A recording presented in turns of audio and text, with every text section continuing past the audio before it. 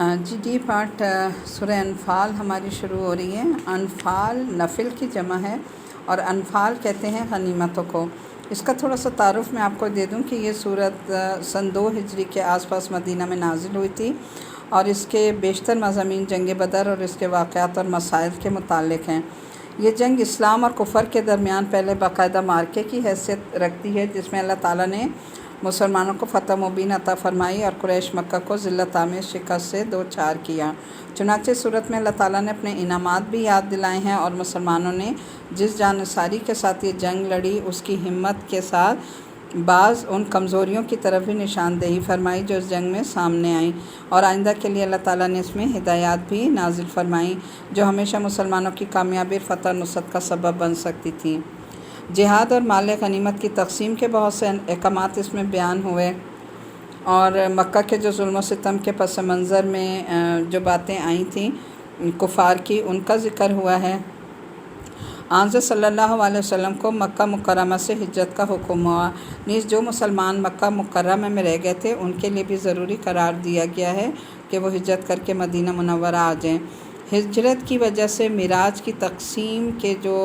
متعلق احکامات ہیں وہ اس وقت عارضی طور پر نافذ کیے گئے اور بعد میں پھر مستقل آ گئے تھے۔ سورت کے آخر میں اسی وجہ سے معراج کے کچھ مستقل احکامات دیے گئے ہیں۔ باقاعدہ طور پہ ہم اس کو انشاءاللہ شروع کرتے ہیں۔ بسم اللہ الرحمن الرحیم۔ یسألونک عن الانفال قل الانفال للہ والرسول واتقوا اللہ واصلحوا ذات بینکم واطیعوا اللہ ورسولہ ان کنتم مؤمنین۔ یہ صورت مدنی ہے اور اس میں 75 آیتیں اور 10 رکوع ہیں۔ شروع اللہ کے نام سے جو بڑا مہربان نہایت رحم کرنے والا ہے۔ اے پیغمبر، لوگ تم سے مال غنیمت کے بارے میں پوچھتے ہیں، کہہ دو کہ مال غنیمت کے بارے میں فیصلے کا اختیار اللہ اور رسول کو حاصل ہے، لہٰذا تم اللہ سے ڈرو اور آپس کے تعلقات درست کر لو اور اس کے رسول کی اطاعت کرو اگر تم واقعی مومن ہو۔ جنگ بدر کے موقع پر جب دشمن کو شکست ہوئی تو صحابہ کرام جو تھے وہ 3 حصوں میں بٹ گئے تھے۔ ایک حصہ وہ تھا جو حضرت صلی اللہ علیہ وسلم کی حفاظت کے لیے آپ کے ساتھ رہا، اور دوسرا حصہ صحابہ کا وہ تھا جو دشمن کے تعاقب میں روانہ ہو گیا، اور تیسرا حصہ وہ تھا جو دشمن کے چھوڑے ہوئے مال غنیمت کو جمع کرنے میں مشغول ہو گیا۔ اب چونکہ یہ پہلی جنگ تھی اور مال غنیمت کے بارے میں کوئی ہدایات جو ہے وہ نہیں آئی ہوئی تھی، اس لیے اس تیسرے حصے نے یہ سمجھا کہ جو مال انہوں نے اکٹھا کیا ہے وہ انہی کا ہے، اور شاید زمانہ جاہلیت میں معمول میں ایسا ہی رہا ہوگا، لیکن جنگ ختم ہونے کے بعد پہلے 2 گروہ کو یہ خیال ہوا کہ وہ بھی جنگ میں برابر کے شریک تھے، بلکہ مال غنیمت اکٹھا کرنے میں انہوں نے زیادہ خدمات انجام دی تھیں، اس لیے ان کو بھی اس مال میں حصہ دار ہونا چاہیے۔ ظاہر یہ ایک فطری تقاضا تھا جس کی بنا پر ان حضرات کے درمیان بحث کی نوبت آ گئی۔ جب معاملہ حضرت صلی اللہ علیہ وسلم کے پاس پہنچا تو پھر یہ آیات نازل ہوئیں جن میں یہ بتایا گیا کہ مال غنیمت کے بارے میں فیصلے کا مکمل اختیار اللہ اور اس کے رسول کو ہے۔ تو اس میں پھر اللہ تعالیٰ نے خود جو ہے بتایا کہ اللہ اور اس کے رسول جو ہے وہ اس کا فیصلہ کریں گے کہ غنیمتوں کو کہاں لگانا ہے۔ آیت نمبر 2، 3، 5 تک ہے۔ مومن تو وہ لوگ ہیں کہ جب ان کے سامنے اللہ کا ذکر ہوتا ہے تو ان کے دل ڈر جاتے ہیں، اور جب ان کے سامنے اس کی آیتیں پڑھی جاتی ہیں تو وہ آیتیں ان کے ایمان کو اور ترقی دیتی ہیں اور وہ اپنے پروردگار پر بھروسہ کرتے ہیں۔ الذین یقیمون الصلاۃ ومما رزقناہم ینفقون اولئک هم المؤمنون حقا لهم درجات عند ربهم ومغفرۃ ورزق کریم کما اخرجک ربک من بیتک بالحق وان فریقا من المؤمنین لکارہون۔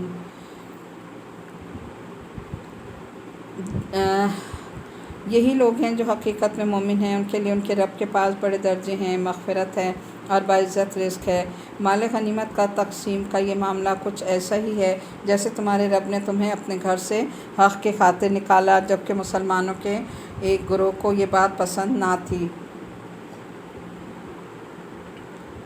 اچھا، اس میں آیت نمبر آگے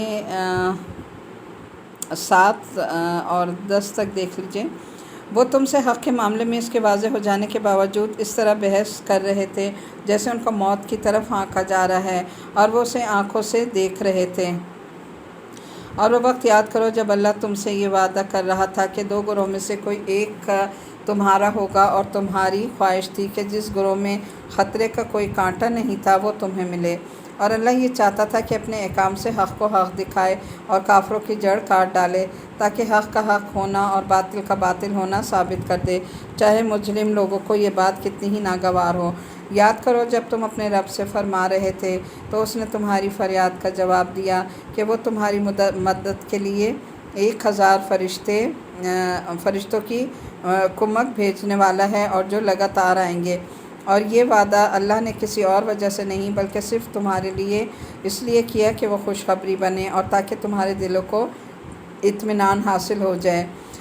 وَمَا جَعَلَهُ اللَّهُ إِلَّا بُشْرَىٰ وَلِتَطْمَئِنَّ بِهِ قُلُوبُكُمْ وَمَا النَّصْرُ إِلَّا مِنْ عِندِ اللَّهِ إِنَّ اللَّهَ عَزِيزٌ حَكِيمٌ۔ تمہارے دلوں کو اطمینان حاصل ہو، ورنہ مدد کسی اور کے پاس سے نہیں، صرف اللہ کے پاس سے آتی ہے۔ یقیناً اللہ اقتدار کا بھی مالک ہے، حکمت کا بھی مالک۔ اب یہ دیکھیں کہ آیت نمبر 7 میں ہے کہ اس سے مراد ابو سفیان کا قافلہ ہے، اور کانٹے سے مراد خطرہ ہے۔ قافلے میں مسلح افراد کی جو تعداد تھی وہ 40 تھی، لہٰذا اس پر حملہ کرنے میں کوئی بڑا خطرہ نہیں تھا، لہٰذا طبعی طور پر اس پر حملہ کرنا آسان تھا۔ اور آیت نمبر 10 میں بتایا کہ یعنی اللہ تعالیٰ کو مدد کرنے کے لیے فرشتے بھیجنے کی حقیقت میں ضرورت نہیں تھی، نہ فرشتوں میں کوئی ذاتی طاقت ہے کہ وہ مدد کر سکیں۔ مدد تو اللہ تعالیٰ براہ راست بھی کر سکتا تھا، لیکن یہ دیکھیں انسان کی فطرت ہے نا کہ جس چیز کے اسباب سامنے ہوں اس پر اسے زیادہ اطمینان اور خوشی حاصل ہوتی ہے، اس لیے یہ وعدہ کیا گیا تھا۔ اور یہ آیت ہمارے لیے بھی کیا سبق اس میں دے رہی ہے کہ ایک مومن کو یہ بات ہر وقت سامنے رکھنی چاہیے کہ اسباب اللہ تعالیٰ کے ہی پیدا کیے ہوئے ہیں، اور ان میں تاثیر اسی کے حکم سے پیدا ہوتی ہے، لہٰذا بھروسہ ہمیں اسباب پر نہیں بلکہ اسی کے فضل و کرم پہ کرنا چاہیے۔ آگے ہے آیت نمبر 11 ہے، یاد کرو جب تم پر سے گھبراہٹ دور کرنے کے لیے وہ اپنے حکم سے تم پر غنودگی طاری کر رہا تھا، اور تم پر آسمان سے پانی برسا رہا تھا تاکہ اس کے ذریعے تمہیں پاک کر دے، تم سے شیطان کی گندگی دور کرے، تمہارے دلوں کی ڈھارس بندھائے، اور اس کے ذریعے تمہارے پاؤں اچھی طرح جما دے۔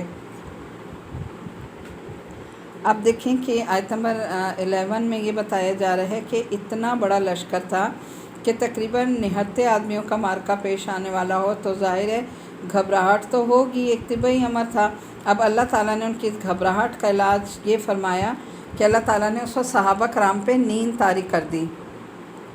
جس کی ایک تاثیر یہ ہوتی ہے کہ اس سے گھبراہٹ دور ہو جاتی ہے۔ جب انسان بہت زیادہ ٹینشن میں ہو، گھبراہٹ میں ہو یا پریشانی میں ہو تو ڈاکٹر جو ہے اس کو نیند کے ٹیبلٹس دے دیتے ہیں نا، تو جب انسان تھوڑی دیر سو جاتا ہے تو وہ ریلیکس ہو جاتا ہے، فریش ہو جاتا ہے۔ چنانچہ صحابہ کے ساتھ بھی یہی ہوا، اللہ تعالیٰ نے ان کے اوپر ایک نیند قدرتی طاری کر دی۔ اس کی وجہ سے یہ ہوا کہ اگلے دن جب جنگ ہونی تھی تو پہلی رات کو وہ خوب اپنا دل بھر کے سوئے، اور سونے کی وجہ سے کیا ہوا کہ وہ تازہ دم ہو گئے، اور پھر جب جنگ ہو رہی تھی اس دوران بھی وقفے سے ان کے اوپر اللہ تعالیٰ نیند کی کیفیت طاری کرتا رہا، جس سے انہیں سکون ملتا رہا۔ تو جب انسان بہت زیادہ تھک جاتا ہے یا بہت زیادہ کام کر لیتا ہے اور تھوڑی دیر کے لیے بھی سو جائے نا تو وہ تازہ دم ہو جاتا ہے، پھر آگے کام کرنے کے زیادہ بہتر طور پہ قابل ہو جاتا ہے۔ پھر آگے بتایا کہ مسلمانوں کے لیے ایک بڑا مسئلہ یہ تھا کہ کفار نے میدان بدر میں پہنچ کر اپنے لیے بہترین جگہ کا انتظام کر لیا تھا۔ اب وہ وہاں کیا تھا کہ جہاں پانی بھی کافی تھا اور زمین بھی سخت تھی۔ اب مسلمانوں کو جو جگہ ملی تھی وہ ریتیلی تھی، جس پر پاؤں جو ہے وہ جم نہیں رہتے اور نقل و حرکت میں دشواری پیش آ رہی تھی، اور پانی بھی وہاں نہیں تھا۔ تھوڑا بہت پانی ایک حوض بنا کر انہوں نے جمع کیا جو جلدی ختم ہونے لگا۔ اللہ تعالیٰ نے دونوں مسئلوں کے حل کے لیے مسلمانوں کی مدد کیسے فرمائی کہ بارش برسا دی، جس سے ریت بھی جم گئی اور ان کے قدم بھی جم گئے، اور پانی کا بھی اچھا خاصا ذخیرہ جمع ہو گیا۔ تو آپ دیکھیں کہ اللہ تعالیٰ جو ہے، اللہ تعالیٰ انسان کے لیے کیسے اسباب پیدا کرتا ہے۔ اگر انسان جو ہے اللہ کے لیے خالص ہو اور اللہ ہی کے لیے سب کچھ کر رہا ہو تو اللہ تعالیٰ پھر آسمانوں پر سے اس کی کیسی مدد فرماتے ہیں کہ اللہ تعالیٰ نے دیکھیں نیند ان کے اوپر طاری کی، ان کو سکون دیا اور بارش برسائی، اور اس طرح اللہ تعالیٰ نے پوری ان کی مدد فرمائی۔ پھر ہے کہ گندگی سے یہاں مراد جو 11 میں بتایا نا کہ گندگی دور کرنا چاہتا ہے، گندگی سے مراد وسوسے ہیں جو ایسے موقعوں پر آتے ہیں کہ جب دیکھیں بہت بڑے دشمن سے مقابلہ ہو رہا ہے تو ظاہر انسان کے ذہن میں مختلف وسوسے آتے ہیں۔ تو اللہ تعالیٰ نے کیا کہا کہ اللہ تعالیٰ نے کہا کہ شیطانی جو گندگی ہے اور وہ کر رہے ہیں نا تمہارے ذہن میں ڈال رہے وسوسے، اللہ تعالیٰ نے ان کے دلوں کو ایسی ڈھارس بندھائی کہ وسوسے ان سے دور ہو گئے اور ان کے پاؤں قدم جو ہے وہ جم گئے۔ آیت نمبر 13 سے لے کے 16 تک، وہ بات جب تمہارا رب فرشتوں کو وحی کے ذریعے حکم دے رہا تھا کہ میں تمہارے ساتھ ہوں، اب تم مومنوں کے قدم جماؤ، میں کافروں کے دلوں میں رعب طاری کر دوں گا، پھر تم گردنوں کے اوپر وار کرو اور ان کی انگلیوں کے ہر جوڑ پر ضرب لگاؤ، یہ اس لیے کہ انہوں نے اللہ اور اس کے رسول سے دشمنی مول لی ہے، اور اگر کوئی شخص اللہ اور اس کے رسول سے دشمنی مول لیتا ہے تو یقیناً اللہ کا عذاب بڑا سخت ہے۔ یہ سب تو اب چکھ لو، یہ چکھو، اس کے علاوہ حقیقت یہ ہے کہ کافروں کے لیے اصل عذاب جہنم کا ہے۔ اے ایمان والو، جب کافروں سے تمہارا آمنا سامنا ہو جائے، یا ایھا الذین آمنوا اذا لقیتم الذین کفروا زحفا فلا تولوہم الادبار، اے ایمان والو، جب کافروں سے تمہارا آمنا سامنا ہو جائے جبکہ وہ چڑھائی کر کے آ رہے ہوں تو ان کو پیٹھ مت دکھاؤ، اور اگر کوئی شخص کسی جنگی چال کی وجہ سے ایسا کر رہا ہو یا اپنی کسی جماعت سے جا ملنا چاہتا ہو تو اس کی بات تو اور ہے، مگر اس کے سوا جو شخص ایسے دن اپنی پیٹھ پھیرے گا تو اللہ کی طرف سے غضب ناک ہوگا اور غضب لے کر لوٹے گا، اور اس کا ٹھکانہ جہنم ہوگا اور وہ بہت ہی برا ٹھکانہ ہے۔ اب آیت نمبر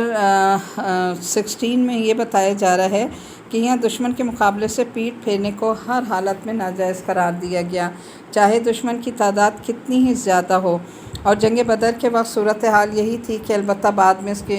جو ہے تعداد کے بارے میں بتایا گیا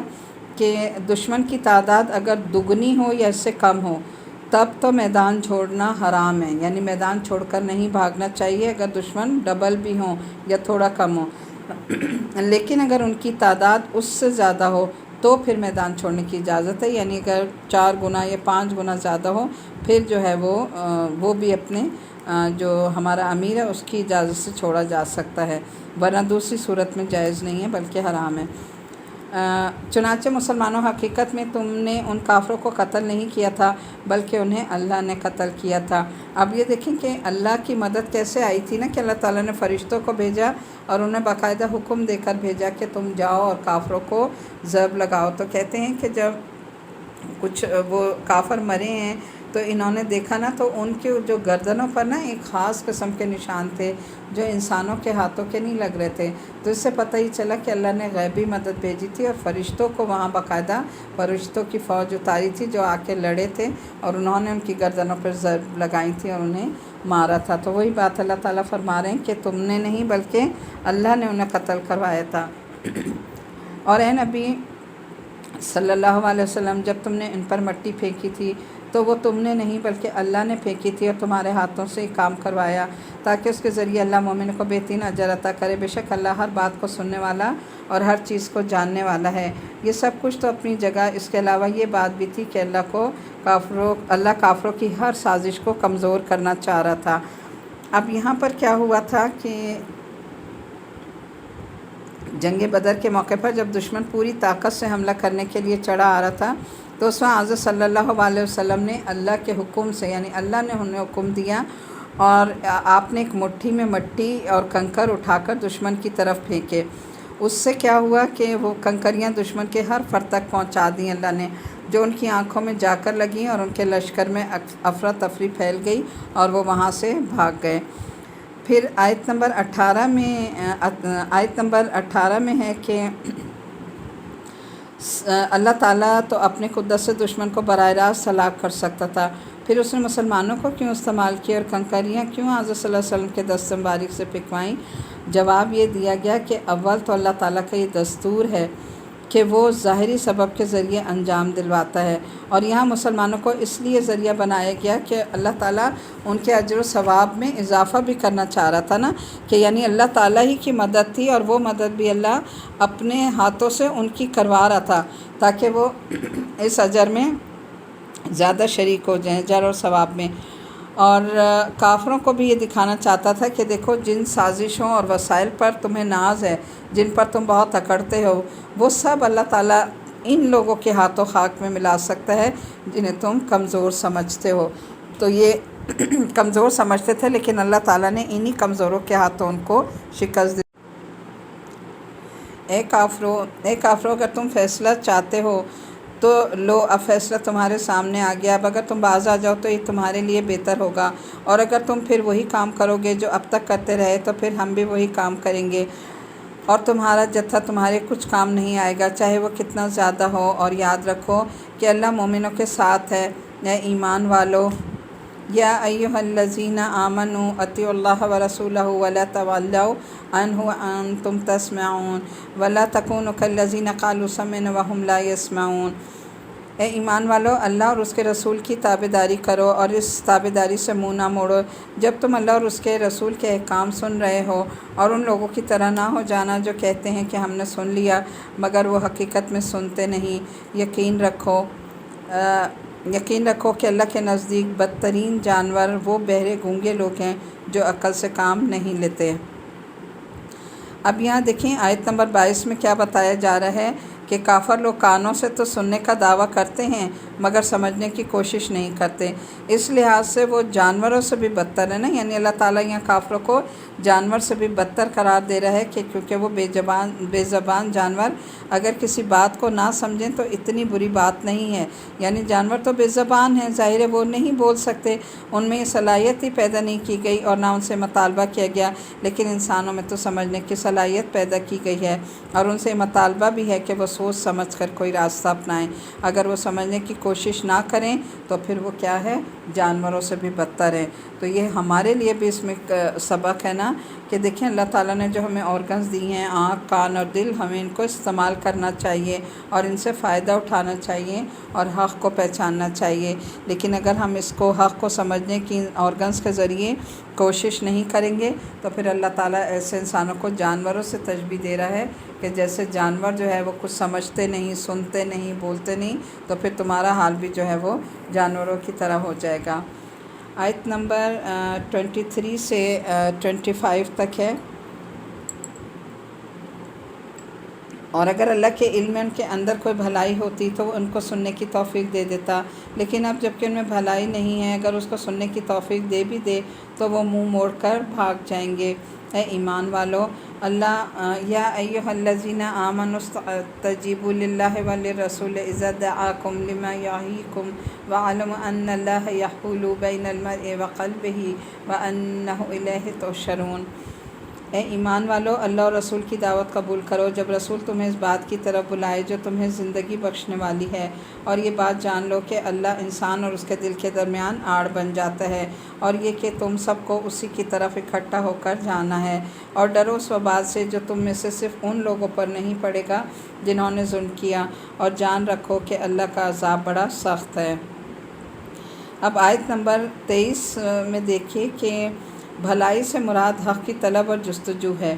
سننے سے مراد سمجھنا ہے۔ اس طرح اس آیت میں جو اہم نقطہ ہے وہ یہ کہ اللہ تعالیٰ حق کو سمجھنے اور اس پر عمل کرنے کی توفیق صرف اس کو دیتا ہے جس کے دل میں حق کی طلب ہو۔ اگر کسی میں حق کی طلب ہی نہ ہو اور وہ غفلت کی حالت میں اسی طرح زندگی گزار رہا ہو کہ بس جو میں کر رہا ہوں ٹھیک کر رہا ہوں اور مجھے کسی سے سیکھنے کی ضرورت نہیں، تو اول تو وہ حق بات کو سمجھنے سے ہی محروم رہتا ہے، اور اگر سمجھ آ بھی جائے تو اس کا نوٹس ہی نہیں لیتا اور حق سے بدستور منہ موڑے رہتا ہے۔ اب دیکھیں یہ شیطان کا رویہ ہوتا ہے نا کہ انسان کے دل میں وہ ایک نیکی کا یا اپنی عبادت کا جو ہے وہ گھمنڈ یا غرور، تکبر ڈالتا ہے، اور انسان یہ کہتا ہے کہ بس میں جو ہے مجھے سب کچھ آتا ہے، میں بہت قابل ہوں، مجھے نہ کسی سے سیکھنے کی ضرورت ہے نہ سمجھنے کی ضرورت ہے۔ تو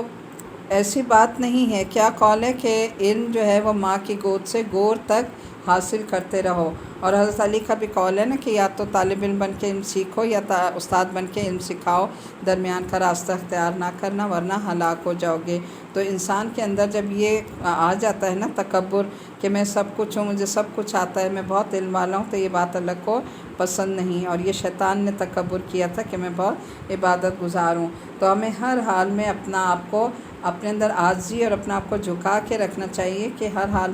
میں سیکھنے کی پوزیشن میں رہوں، کہ جتنا بھی میرے پاس علم ہو پھر بھی مجھے ان کی اور طلب ہونی چاہیے، اور اس کے لیے اہل علم کے مجالس میں بیٹھنا چاہیے، ان کے ساتھ جو ہے وہ گفتگو کرنی چاہیے تاکہ علم میں بھی اضافہ ہو اور ان مجالس میں بیٹھ کر اللہ ہم سے راضی بھی ہو۔ پھر آیت نمبر 25 میں آپ دیکھیں کہ یہاں پر جو حق طلبی کی بات کی گئی نا، کہ اور وہ طالب حق کی طرح اللہ تعالیٰ سے رجوع کرتے ہیں، اس سے مدد مانگتے ہیں، تو دیکھیں اللہ تعالیٰ اس کے گناہ کے درمیان آڑ بن جاتے ہیں، یعنی جب انسان کوئی گناہ کرنے بھی لگتا ہے نا تو اللہ تعالیٰ جو ہے اس سے توفیق چھین لیتے ہیں، اللہ اسے توفیق نہیں دیتے۔ اسی طرح اگر کسی کے دل میں حق کی طلب ہی نہ ہو تو پھر کیا ہوتا ہے کہ وہ انسان جو ہے وہ نیکی کرنے کی توفیق اس سے چھن جاتی ہے اور وہ نیکی نہیں کر سکتا۔ تو ہمیں ہر حال میں اللہ تعالیٰ سے مدد مانگنی چاہیے کہ اللہ تعالیٰ ہمیں نیکی کرنے کی توفیق عطا فرمائے۔ تو نیکی کی توفیق بھی جب ہی ہوتی ہے جب اللہ تعالیٰ چاہتا ہے، اور یہ کب ہوتا ہے؟ جب اللہ سے ہم اپنا رابطہ کرتے ہیں، اللہ کو بار بار رجوع کرتے ہیں، ہر حال میں، خوشی غم میں، ہر حال میں اللہ سے رجوع کرتے ہیں، تو پھر اللہ تعالیٰ نیکی کی توفیق دے دیتا ہے۔ اور نیکی کا خیال بھی کہاں سے آتا ہے؟ اللہ کی طرف سے۔ تو جب بھی کوئی ایک دفعہ خیال آئے نا دل میں تو سمجھ لیں کہ یہ اللہ کی طرف سے، اور اسے فوراً کر لینا چاہیے، کیونکہ بزرگ یہ کہتے ہیں نا کہ جیسے ہی نیکی کا خیال آئے پھر اسے ڈیلے مت کرو بلکہ فوراً کر لو۔ اور آیت نمبر 25 میں بھی یہ ہے نا کہ وہ اپنی ذات کی حد تک شریعت پر عمل کر لے۔ اس کی ذمہ داری یہ ہے کہ اگر معاشرے میں کوئی برائی پھیل رہی ہے تو اسے اپنی طاقت سے روکے۔ اگر لوگ اپنے اس فریضے میں کوتاہی کریں گے اور اس برائی کا کوئی وبال آئے گا تو وبال پھر صرف ان لوگوں تک نہیں آئے گا بلکہ جو اس برائی میں براہ راست ملوث تھے، بلکہ جو لوگ اس میں خود تو ارتکاب نہیں کر رہے تھے مگر دوسروں کو بھی اس سے نہیں روکتے تھے تو وہ بھی اس وبال کا شکار ہو جائیں گے۔ اور دیکھیں کہ آج ہم بس یہ دور دیکھ رہے ہیں نا بیٹھے خاموشی سے اپنی آنکھوں سے، کہ آج جو اللہ کا یہ وبا کی صورت میں وبال آیا ہے یا عذاب آیا ہے اس میں ہم سب شریک ہو گئے ہیں، اس لیے کہ دیکھیں ہم نے لوگوں کو اس طرح نہیں روکا جس طرح برائی سے روکنا چاہیے تھے۔ سب خاموش تماشائی بنائے کہ بیٹھے ہیں کہ جہاں بے حیائی پھیل رہی ہے، جو لوگ غلط کام کر رہے ہیں ہم آنکھیں بند کیے بیٹھے ہوئے۔ تو آج دیکھیں جب یہ عذاب آیا ہے نا تو اس میں سب لوگ جو ہے وہ اس میں انوالو ہو گئے، سب جو ہے وہ ٹینشن کا شکار ہیں۔ تو ہمارا فرض ابھی بھی یہی بنتا ہے امت مسلمہ ہونے کے ناطے سے کہ ہم لوگوں کو نیکی کا حکم دیں اور برائی سے روکیں، اور پہلے خود ان باتوں پر عمل کریں۔ آیت نمبر 26 سے 29 تک ہے۔ اور وہ وقت یاد کرو جب تم تعداد میں تھوڑے تھے، تمہیں لوگوں نے تمہاری سرزمین میں دبا کر رکھا ہوا تھا، تم ڈرتے تھے کہ لوگ تمہیں اچانک اچک لے جائیں گے، پھر اللہ نے تمہیں ٹھکانہ دیا اور اپنی مدد سے تمہیں مضبوط بنا دیا اور تمہیں پاکیزہ چیزوں کا رزق عطا کیا تاکہ تم شکر کرو۔ اے لوگو جو ایمان لائے ہو، اللہ اور رسول سے بے وفائی نہ کرو اور نہ جانتے بوجھتے اپنی امانتوں میں خیانت کرو۔ یا ایھا الذین آمنوا لا تخونوا اللہ والرسول تخونوا اماناتکم وانتم تعلمون واعلموا انما اموالکم واولادکم فتنہ وان اللہ عندہ اجر عظیم۔ یا ایھا الذین آمنوا ان تتقوا اللہ یجعل لکم فرقانا ویکفر عنکم سیئاتکم ویغفر لکم واللہ ذو الفضل العظیم۔ اللہ کے اور رسول صلی اللہ علیہ وسلم کے ساتھ بے وفائی نہ کرو اور جانتے بوجھتے اپنی امانتوں میں خیانت کے مرتکب نہ ہو، اور یہ بات سمجھ لو کہ تمہارے مال اور تمہاری اولاد ایک آزمائش ہیں،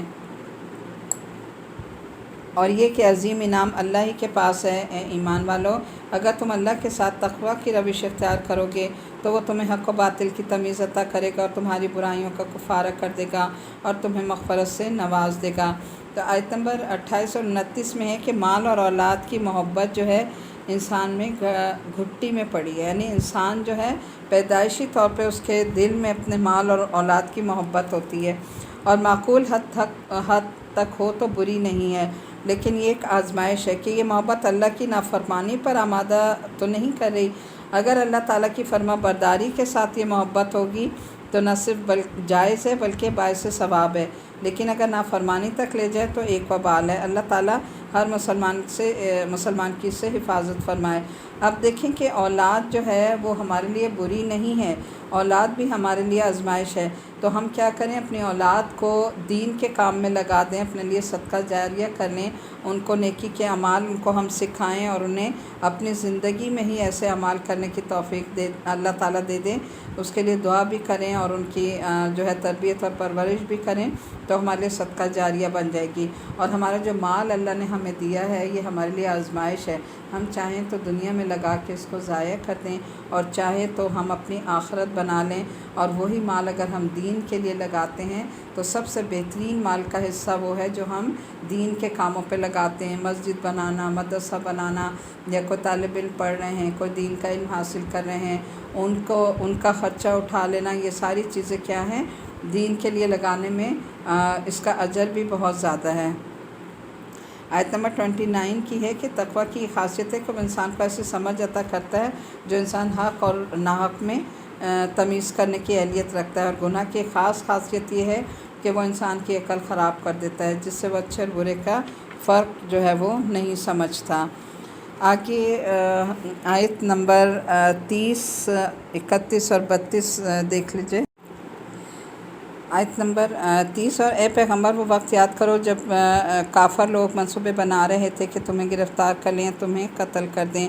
یا تمہیں جلا وطن کر دیں۔ وہ اپنے منصوبے بنا رہے تھے اور اللہ اپنا منصوبہ بنا رہا تھا۔ واللہ خیر الماکرین، اور اللہ سب سے بہتر تدبیر کرنے والا ہے۔ اور جب ان کے سامنے ہماری آیتوں کی تلاوت کی جاتی ہے، وَإِذَا تُتْلَىٰ عَلَيْهِمْ آيَاتُنَا قَالُوا قَدْ سَمِعْنَا لَوْ نَشَاءُ لَقُلْنَا مِثْلَ هَٰذَا إِنْ هَٰذَا إِلَّا أَسَاطِيرُ الْأَوَّلِينَ۔ آیتوں کی تلاوت کی جاتی ہے تو یہ کہتے ہیں کہ بس ہم نے سن لیا، اگر ہم چاہیں تو اس جیسی باتیں ہم بھی کہہ لیں،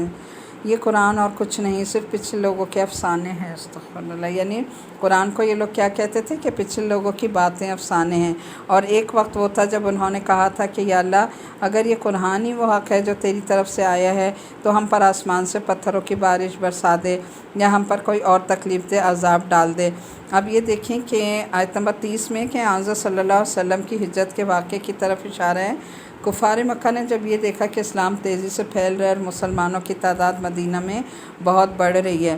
تو انہوں نے ایک مجلس مشاورت کی، اور اس میں انہوں نے مختلف تجاویز پیش کی۔ ان میں انہی باتوں کا ذکر ہے کہ یعنی انہوں نے کہا کہ یا تو آپ صلی اللہ علیہ وسلم کو گرفتار کیا جائے، یا انہیں قتل کیا جائے، یا جلا وطن کیا جائے۔ آخر میں یہ فیصلہ ہوا کہ مختلف قبیلوں سے ایک ایک نوجوان مل کر سب آپ صلی اللہ علیہ وسلم پر حملہ آور ہوں۔ اللہ تعالیٰ نے یہ ساری باتیں وحی کے ذریعے نبی کریم صلی اللہ علیہ وسلم کو بتا دیں، اور ہجرت کا حکم دے دیا کہ آپ کے گھر کا محاصرہ ہو چکا تھا، مگر آپ وہاں سے اللہ کی قدرت سے اس طرح نکل آئے کہ وہ لوگ آپ کو دیکھ ہی نہ سکیں، اور اس طرح آپ صلی اللہ علیہ وسلم کو اللہ تعالیٰ نے بچا لیا۔ پھر آیت نمبر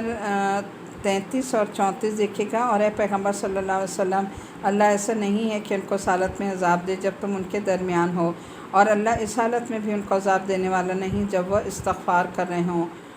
وَمَا لَهُمْ أَلَّا يُعَذِّبَهُمُ اللَّهُ وَهُمْ يَصُدُّونَ عَنِ الْمَسْجِدِ الْحَرَامِ وَمَا كَانُوا أَوْلِيَاءَهُ إِنْ أَوْلِيَاءَهُ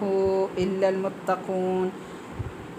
الْمُتَّقُونَ وَلَكِنَّ أَكْثَرَهُمْ لَا يَعْلَمُونَ۔ اور اے پیغمبر، اللہ ایسا نہیں کہ ان کو اس حالت میں عذاب دے جب تم ان کے درمیان میں ہو، اور بھلا ان میں کیا خوبی ہے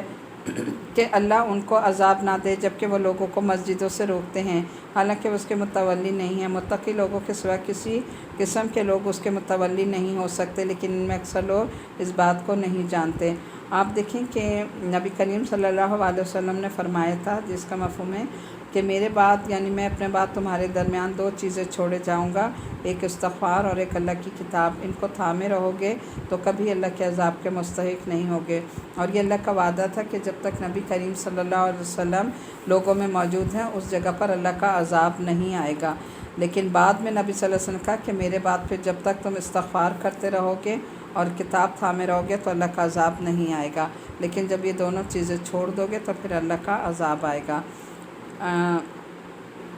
پھر یہ ہے کہ آیت نمبر 33 کے حوالے سے کہ مسلمان استغفار کرتے رہتے ہیں، ان کے استغفار کی برکت سے عذاب رکا ہوا ہے، اور خود مشرکین مکہ بھی اپنے طواف کے دوران کثرت سے غفرانہ کا غفرانہ کہتے، جو استغفار کی ایک قسم ہے۔ اگرچہ کفر و شرک کے ساتھ استغفار آخرت کے عذاب کو دور کرنے کے لیے تو کافی نہیں تھا، لیکن کافروں کی نیکیوں کا بدلہ اللہ تعالیٰ نے کیا فرمایا کہ ہم انہیں دنیا میں ہی دے دیتے ہیں، اس لیے ان پہ استغفار کا اثر یہ ہے کہ ان پر دنیا میں کوئی اس طرح کا عذاب عام نازل نہیں ہوا جیسا کہ عاد و ثمود وغیرہ پر آیا تھا۔ آگے آیت نمبر 35 سے 38 تک دیکھیں۔ اور بیت اللہ کے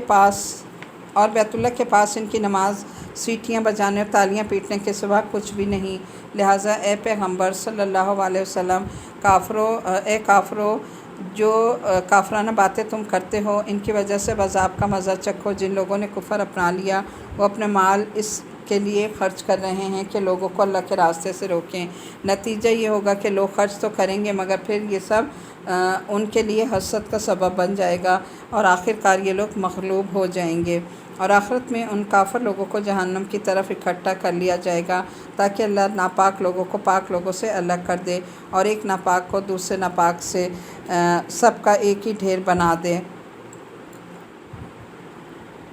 اور اس ڈھیر کو جہنم میں ڈال دے۔ یہی لوگ ہیں جو سراسر خسارے میں ہیں۔ ہے پیغمبر، جن لوگوں نے کفر اپنا لیا ہے ان سے کہہ دو کہ اگر وہ باز آ جائیں تو پہلے ان سے جو کچھ ہوا اسے معاف کر دیا جائے گا۔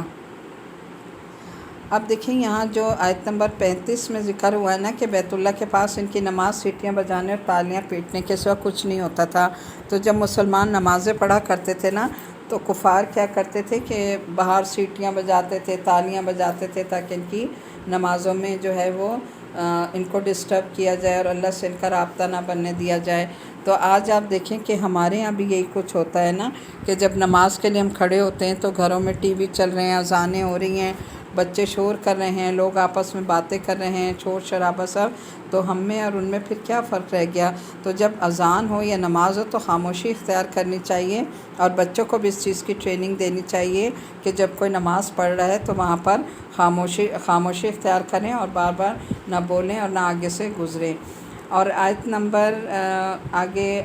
38 سے 40 تک ہے، اور اگر پھر بھی وہ کام کریں گے تو پچھلے لوگوں کے ساتھ جو معاملہ ہوا ان کے سامنے گزر ہی چکا ہے، اور مسلمانوں کافروں سے لڑتے رہو یہاں تک کہ فتنہ باقی نہ رہے اور دین پورے کا پورا اللہ کا ہو جائے۔ پھر اگر وہ باز آ جائیں وَإِن تَوَلَّوْا فَاعْلَمُوا أَنَّ اللَّهَ مَوْلَاكُمْ نِعْمَ الْمَوْلَىٰ وَنِعْمَ النَّصِيرُ۔ پھر اگر وہ باز آ جائیں تو ان کے اعمال کو اللہ خوب دیکھ رہا ہے، اور اگر یہ منہ موڑے رکھیں تو اللہ تمہارا رکھوالا ہے، بہترین رکھوالا اور بہترین مددگار ہے۔ تو ان آیات کا مقصد کیا ہے کہ اللہ تعالیٰ یہ کہہ رہے ہیں کہ کفار سے تم جنگ کرو، لیکن کب جنگ کرو؟ کس لیے؟ کہ اپنے دین کو غالب کرنے کے لیے۔ اس وقت تک ان سے جنگ کرتے رہو جب تک کہ تمہارا دین غالب نہ آ جائے، لیکن جب تمہارا دین غالب آ جائے تو پھر کیا کرو؟ پھر اس کو چھوڑ دو اور اپنے رب پہ بھروسہ رکھو، کیونکہ تمہارا بہترین مددگار جو ہے وہ اللہ تعالیٰ ہے، اور آخرت ان کے اعمال کو اچھی طرح اللہ دیکھ رہا ہے اور آخرت میں اسی کے مطابق اللہ تعالیٰ فیصلے فرمائے گا۔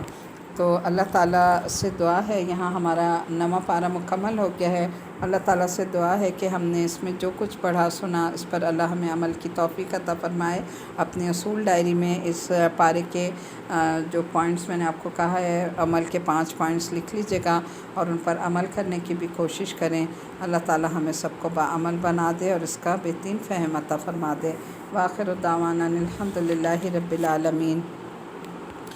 سبحان ربک رب العزت عما یصفون وسلام علی المرسلین والحمد للہ رب العالمین۔ ربنا تقبل منا انک انت السمیع العلیم وتب علینا انک انت التواب الرحیم، وصلی اللہ تعالی علی خیر خلقہ محمد وعلی آلہ واصحابہ اجمعین برحمتک یا ارحم الراحمین، آمین یا الہی آمین۔ السلام علیکم ورحمۃ اللہ وبرکاتہ، اللہ وبرکاتہ، اللہ وبرکاتہ، اللہ وبرکاتہ۔